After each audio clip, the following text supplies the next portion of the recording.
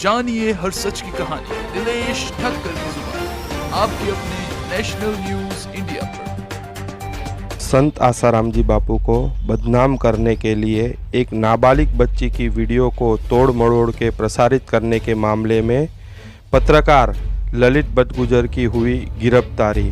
और इधर are Bharat today के पत्रकार ने दिया संत आसाराम जी बापू पर बड़ा बयान कि जो आसाराम जी बापू ने सनातन के लिए काम किया यही वजह रही कि इतना लंबा अरसा। हाँ, सबसे बड़ा तो धर्मांतरण भी था और बाद में फिर इसमें राजनीतिक भी हुई है। कुछ पार्टी भी चाहती थी कि बापूजी बाहर ना आए। उनका जो मामला है बिल्कुल क्लियर है। सुब्रमण्यम स्वामी वगैरह ने भी कहा है कि ये कोई मामला है ही नहीं है। और वहाँ अजयपाल लांबा का भी हम देखा जाए तो उन्होंने भी कहा था कि 370 लगता नहीं। उसके बाद भी एक साजिश है, यानी एक यहाँ पर राजनीतिक हुई है। पहले कांग्रेस फिर बीजेपी सब ने मिलाकर ये मामला बापूजी को अंदर रखने का ही था। अपराध हुआ जो तथाकथित अपराध जिस पर उनको जेल जाना पड़ा वो झूठा था।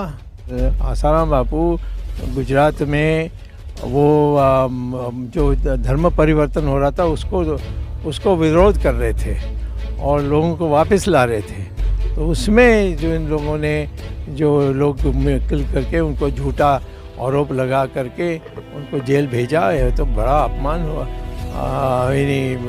गलत हुआ। और मैं उस समय से ही कह रहा हूँ कि वो उनमें कोई दोष नहीं था जिसके लिए उनको जेल जाना था। पहले दिन से हम ये कह रहे हैं, आप एफआईआर भी देख लें, एफआईआर में बच्ची ने 376 का आरोप नहीं लगाया।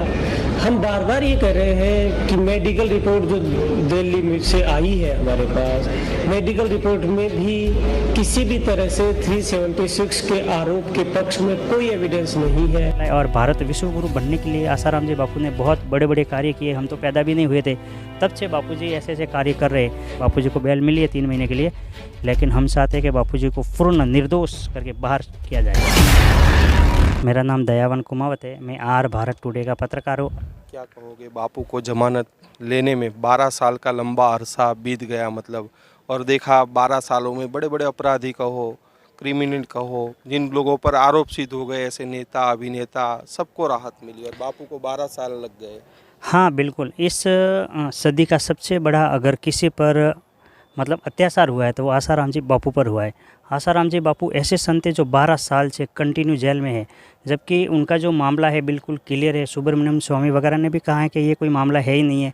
और वहाँ अजयपाल लांबा का भी हम देखा जाए तो उन्होंने भी कहा था कि 370 लगता नहीं। उसके बाद भी एक साजिश है, यानी एक यहाँ पर राजनीतिक हुई है। पहले कांग्रेस फिर बीजेपी सब ने मिलाकर ये मामला बापूजी को अंदर रखने का ही था। लेकिन अभी बापूजी को जो बेल मिली है ये बेल स्थायी है, लेकिन हम चाहते हैं कि बापूजी पूरी तरह से निर्दोष होकर बाहर निकले। ये तो क्या लगता है मतलब कि जो आसाराम जी बापू ने सनातन के लिए काम किया यही वजह रही कि इतना लंबा अरसा। हाँ, सबसे बड़ा तो धर्मांतरण भी था और बाद में फिर इसमें राजनीतिक भी हुई है। कुछ पार्टी भी चाहती थी कि बापूजी बाहर ना आए, लेकिन धर्मांतरण का मुद्दा बहुत बड़ा हुआ है क्योंकि बापूजी ने करोड़ों लोगों का धर्मांतरण रोका है और उनको हिंदू वापस लाया। और सबसे बड़ा जो कन्वर्ट स्कूल थे, ईसाइयों की स्कूलें थी, उस पर बापूजी ने बाल संस्कार केंद्र खोले, गुरुकुल खोले। तो उनके जो हिंदू धर्म सनातन धर्म के जो संस्कार थे वो सभी हिंदुओं तक मिलने लगे। तो उनको लगा कि हमारे स्कूलों में इससे खतरा बढ़ सकता है। इसकी वजह से इन लोगों ने भी मिलकर साजिश की है, लेकिन बापूजी अभी जल्दी बाहर आएंगे, हमारा ऐसा लगता है। क्यों ज़रूरी है मतलब संत आसाराम जी बापू की रिहाई ज़रूरी इसलिए है कि अभी आने वाला भविष्य हिंदुत्व का है, हिंदू राष्ट्र बनने वाला है, भारत विश्व गुरु बनने वाला है। और भारत विश्व गुरु बनने के लिए आसाराम जी बापू ने बहुत बड़े बड़े कार्य किए। हम तो पैदा भी नहीं हुए थे तब से बापूजी ऐसे ऐसे कार्य कर रहे। जैसे वैलेंटाइन डे, जो इस कुसंस्कृति भारत में बहुत ही ज़ोर से फैली थी, उसको विरोध न करते हुए उन्होंने मातृ पितृ पूजन दिवस मनाया।